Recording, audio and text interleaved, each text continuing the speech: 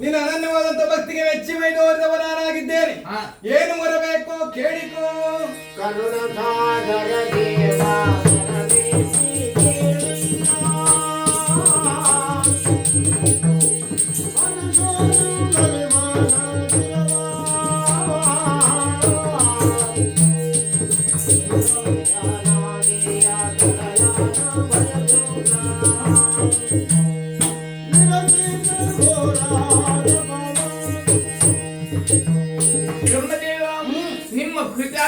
ತಪಸ್ಸನ್ನು ಆಚರಿಸುವ ಕಾರಣ ಉಂಟು.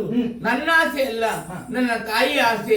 3 ಲೋಕವನ್ನು ಗೆಲ್ಲುವ ದೂರ ಸಮರ್ಥನಾದ ಗಂಡು ಮಗನು ಕರುಣಿಸುತ್ತೇವ. ಕೊಟ್ಟೆನು ಮಗಳೇ, ಸಂಶಯವಿಲ್ಲ ನಿನ್ನಲ್ಲಿ.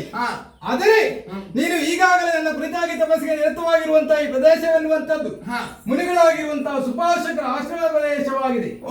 ಇಲ್ಲಿವರೆಗಾಗಿ ಬಂದಂತಹ ಮುನಿಗಳು ನೀನು ಎಚ್ಚರಗೊಳ್ಳದಿದ್ದ ಕಾರಣಕ್ಕಾಗಿ ನಿನ್ನ ಪಾಲಿಗೆ ಶಾಪವನ್ನು ಕೊಟ್ಟವರಿದ್ದಾರೆ.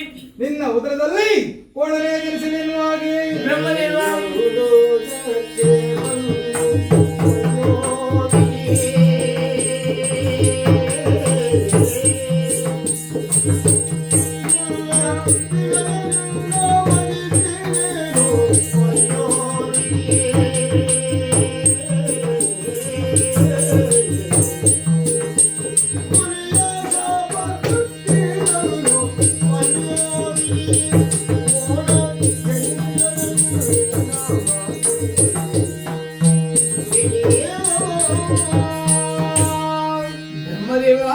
ನೀವೇ ಹೇಳ್ತಿದ್ದೀರಲ್ಲ, ನಾನಿರೋ ಸ್ಥಳಕ್ಕೆ ಬಂದದ್ದು ಸುಪಾಶು ಮಹಾಮುನಿಗಳು ಎನ್ನುವುದಾಗಿ ಅವ್ರು ಹೇಳಿದಾಗಿ ನನ್ನ ಉದರಲ್ಲಿ ಕೋಣ ಹುಟ್ಟಿದೆ ಹೋದಂತಾದ್ರೆ ಆತನಿಂದ ಏನು ಪ್ರಯೋಜನ ಉಂಟು ದೇವ?